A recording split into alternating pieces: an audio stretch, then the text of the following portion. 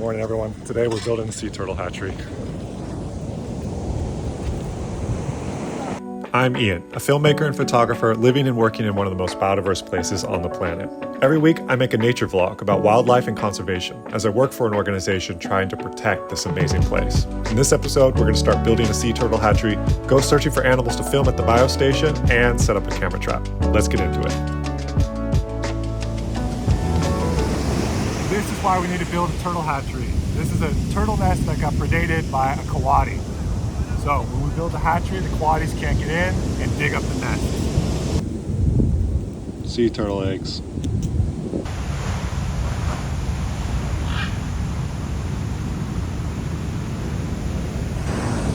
These scarlet macaws love the fruits on these Indian almond trees.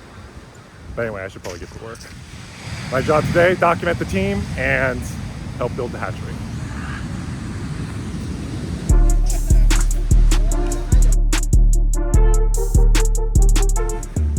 So we have to bury these nets to prevent the coatis and other predators from digging underneath and getting to the eggs.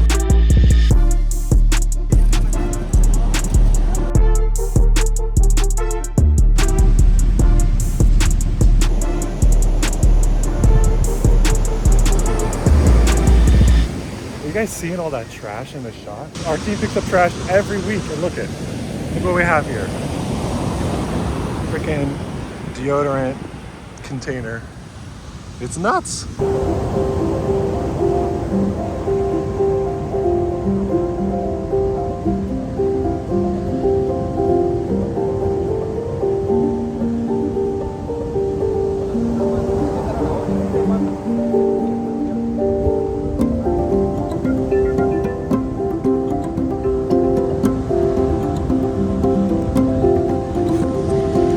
Okay, we're done. It's lunchtime. We're headed back to the station.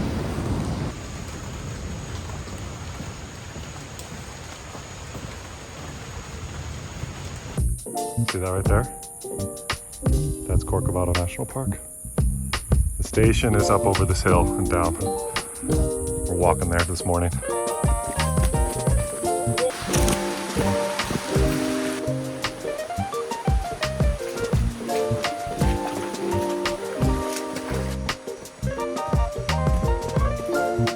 This is the only climb. It kind of sucks, but it's not that bad. You see this dirt? That's a sign of peccaries. Peccaries are like pig-like creatures, and they dip their snouts into the dirt and overturn the soil looking for various things. Really important for the ecosystem. We have two here, Sainos, or collared peccaries, or chanchodomates, white-lipped peccaries.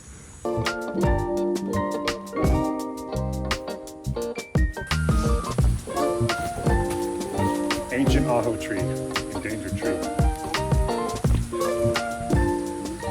These ants are doing some digging, and they're dumping out all their dirt over the cliff edge that is this old dead tree. And you can see they got a big pile. Speak of the devil. Here is a collared peccary.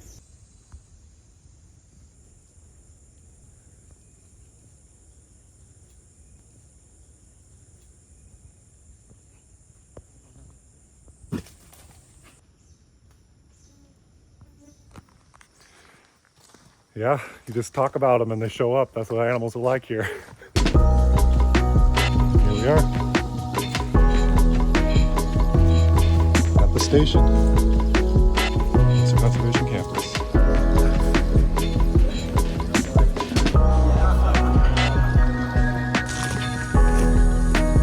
This is Osa Conservation's 30-meter tall canopy tower. I'm about to go up to get a camera trap. It's about to start raining. I don't know if you can hear that thunder.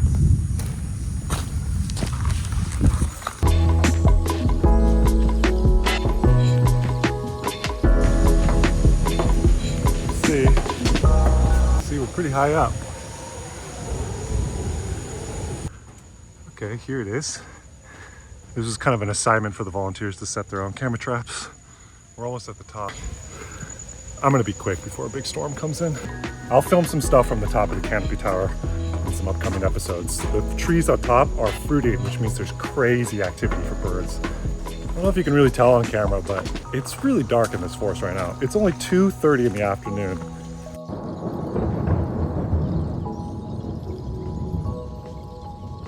Okay, now I'm gonna do a workout before I lose all motivation. This morning, I walked down, so that's good cardio. So now I'm gonna do some strength training. Today, pull-ups.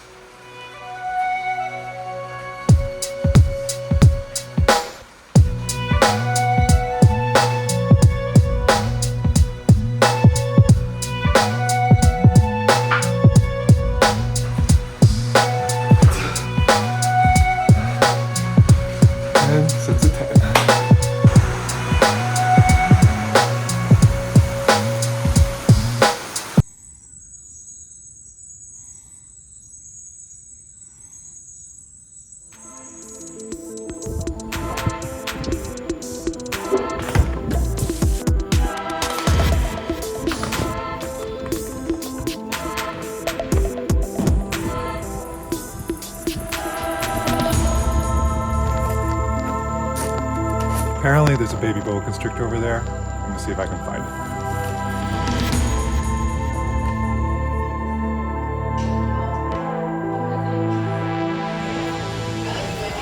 Check this out.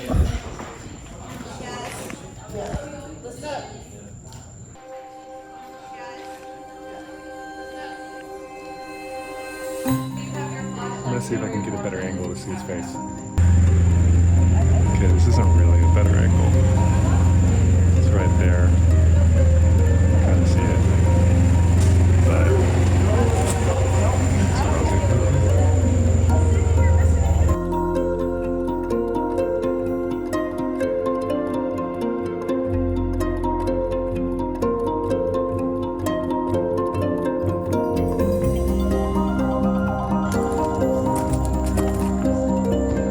But yeah, this is a really young boa constrictor, not very long at all, pretty small, and it looks like it for sure has just eaten something, potentially a bird, because when we saw it yesterday, all these birds were going crazy around it, not happy with it at all. Nice, that's something. Okay, I got 15 more minutes till I have to be a volunteer, so let's see if I can find something else real quick. Spider monkeys.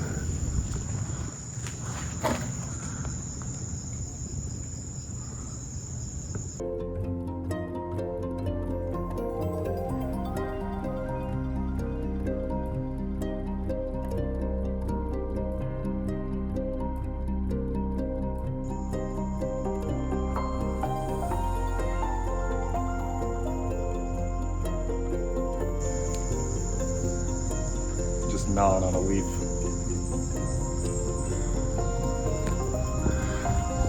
Spider monkeys eat a lot of vegetation, but also a bunch of fruits and stuff like that, and they're actually really important seed dispersers.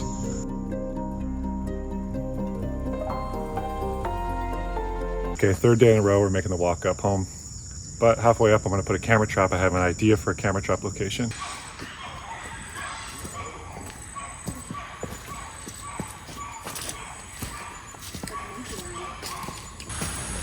You can't tell, this tree is gigantic, and I really want a camera trap shot of some kind of wildlife moving by this tree to put a juxtaposition between cool wildlife and a massive tree that's indicative of this amazing primary rainforest.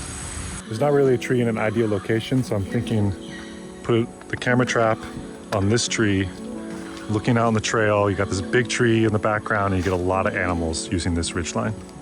It could be cool, actually. Yeah, it looks pretty cool. You can see that big tree in the background. The problem is, every time you try to look at it, your face gets in the way. Look at this teeny tiny frog, though. Look at that frog. That is so tiny. It's a baby rain frog. They're born as little frogs. They don't have a tadpole face. Okay, I'm liking how this looks. Hopefully we get some cool animals like an ocelot or a puma, even maybe a tapir coming up this trail with this big tree in the background. So yeah, let's check in a few episodes, like 3 or 4 episodes. We'll check this camera.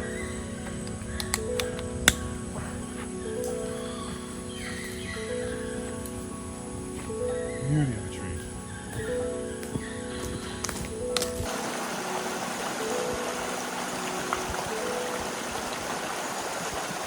Okay, I'm headed to go get some groceries. It's like an hour and a half drive to the grocery store. We try to do it like once a month, limit trips, because it's a really rough road. Also, kind of can break the car. So, I'm gonna make the run now. Yeah, and lots of mistakes and trial by fire. And then Look at these spider monkeys in the road. What are they doing?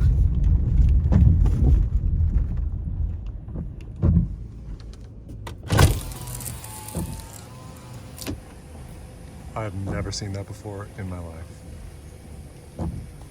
It's super rare to see spider monkeys on the ground. And in a road like that, never seen that before.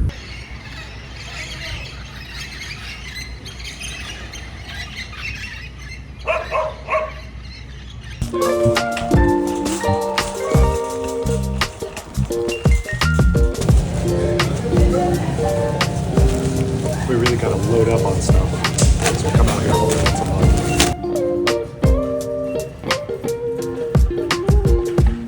Eat rice. How you know you're in Costa Rica?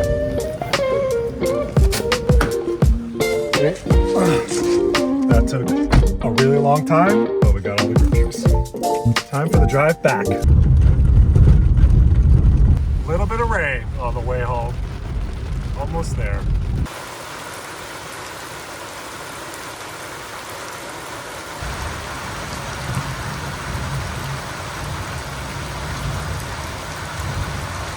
Dragonfly, but the whole log is full of them. What on earth kind of insect? I need to do some research on what insect this could be. Okay, do you remember that insect in the last episode? The molted pupa larva stage of some random insect in a tree? Well, I've done some research.